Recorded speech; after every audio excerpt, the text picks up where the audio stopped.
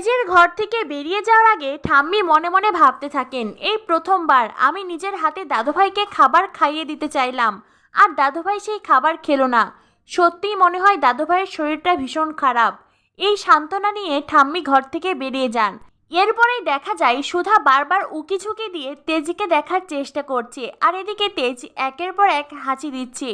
সুধা যে দরজার বাইরে দাঁড়িয়ে আছে তেজ সেটা বুঝতে পেরেছে।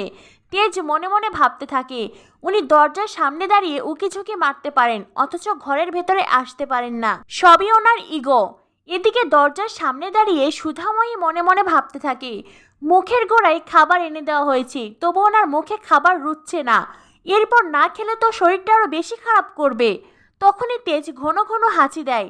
সুধা মনে মনে ভাবতে থাকে, ওনার তো সত্যিই ভীষণ ঠান্ডা লেগেছে। এরপর খাবার না খেলে ঔষধ খাবে কি করে।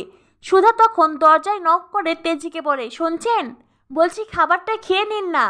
তেজ তখন সুধার দিকে না তাকিয়েই সুধাকে শুনিয়ে শুনিয়ে বলে, শুনেছি দেয়ালের কান আছে, দেয়াল যে কথা বলতে জানে সেটা তো জানতাম না। সুধা বলে, দেয়াল যে কথা বলছে না সেটা তো আপনি জানেন।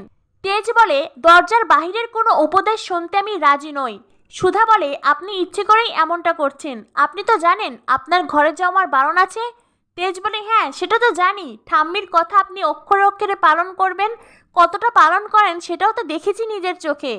আপনি তো বলেছিলেন আপনি কখনো আমাকে স্পর্শ করবেন না, তাহলে কেন জলে নেমে আমাকে বাঁচালেন বলুন। সুধা বলে, এখন দেখি আপনার ভালো করে আমি চরম ভুল করেছি, এজন্যই লোকে বলে কারো ভালো করতে নেই।